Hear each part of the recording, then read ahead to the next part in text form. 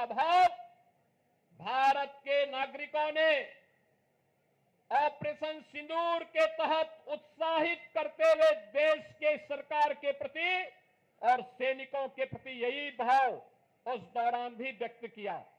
बहन और भाइयों, प्रधानमंत्री मोदी जी का पहले दिन से ही संकल्प रहा है, वह संकल्प रहा है कि हम सब अब जब नए और विकसित भारत की बात करते हैं तो हमारा ध्येय होना चाहिए कि विकसित भारत की परिकल्पना को साकार करने के लिए आवश्यक है कि हम राष्ट्र प्रथम के भाव के साथ कार्य करें।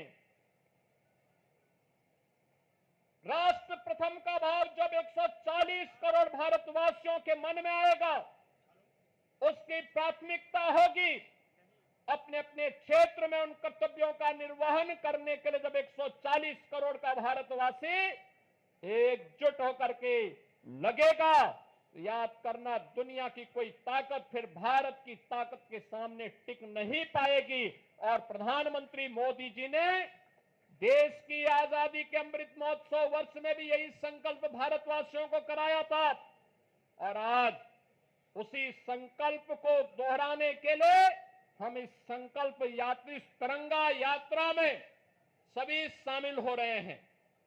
याद करना, जब चुनौती हो, जब किसी प्रकार का कोई ऐसे नौबत आए जो राष्ट्रीय संकट के लिए कहीं कोई स्पेस दे रहा हो, उस समय हमारा धैर्य और हमारी एकता हमारी सबसे बड़ी पूंजी होती है।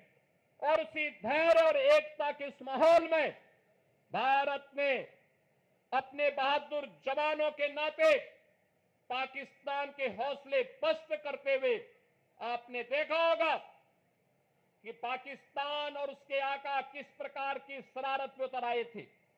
दुनिया ने देखा है पाकिस्तान की बेशर्मी भरा चेहरा, जिसमें उन आतंकवादियों के जनाजे में शामिल होने के लिए पाकिस्तान के नेता और उनके सैन्य अधिकारी भी उस आतंकी के जनाजे में शामिल होने के लिए वहां उपस्थित थे।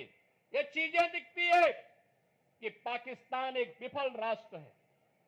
पाकिस्तान ने इन 75 वर्षों में दुनिया के सामने केवल आतंकवाद के बीज बोए हैं और पाकिस्तान ने अपनी विफलता की ही कहानी दुनिया को बताई है। बहनों और भाइयों, पाकिस्तान की विफलता, आतंकवाद को उसके द्वारा दिए जा रहे प्रश्रय और यह आतंकवाद को उसके द्वारा दिए गए प्रश्रय इस बात को साबित करता है कि आतंकवाद एक दिन पाकिस्तान को भी निगल देगा। पूरी तरह खोखला हो चुका पाकिस्तान आज जिस प्रकार की हिमाकत कर रहा है, जिस प्रकार का दुस्साहस कर रहा है, ऑपरेशन सिंदूर उसका जवाब था। और आने वाले समय में तय है कि जो भी भारत की तरफ उंगली उठा करके देखेगा, भारत की बहन बेटियों के सम्मान के विरुद्ध उनकी सुरक्षा में सेंध लगाने का कार्य करेगा, उसके जनाजे में कोई रोने वाला भी नहीं मिलेगा। यह भारत का संकल्प मजबूती के साथ प्रधानमंत्री मोदी जी ने अपने संकल्प में और अपने संबोधन में व्यक्त किया है। हम आभारी हैं प्रधानमंत्री मोदी जी के, जिन्होंने देश के अंदर पूरे देश को तो एकजुट रखा ही, साथ साथ कल स्वयं पंजाब के आदमपुर में जाकर के बहादुर जवानों के हौसले को भी बढ़ाने का काम किया है। मैं आज के इस अवसर पर देश के बहादुर जवानों का हृदय से अभिनंदन करता हूं, पूर्व सैनिकों का अभिनंदन करता हूं।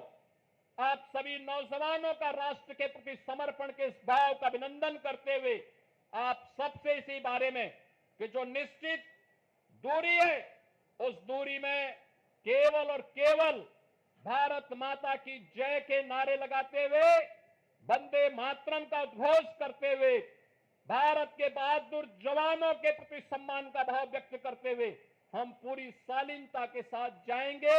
इस विश्वास के साथ मैं एक बार फिर से आप सभी का हृदय से स्वागत करते हुए इस पूरे कार्यक्रम के माध्यम से उत्तर प्रदेश वासियों की भावनाओं को भारतीय सेना को समर्पित करते हुए अपनी वाणी को विराम देता हूं।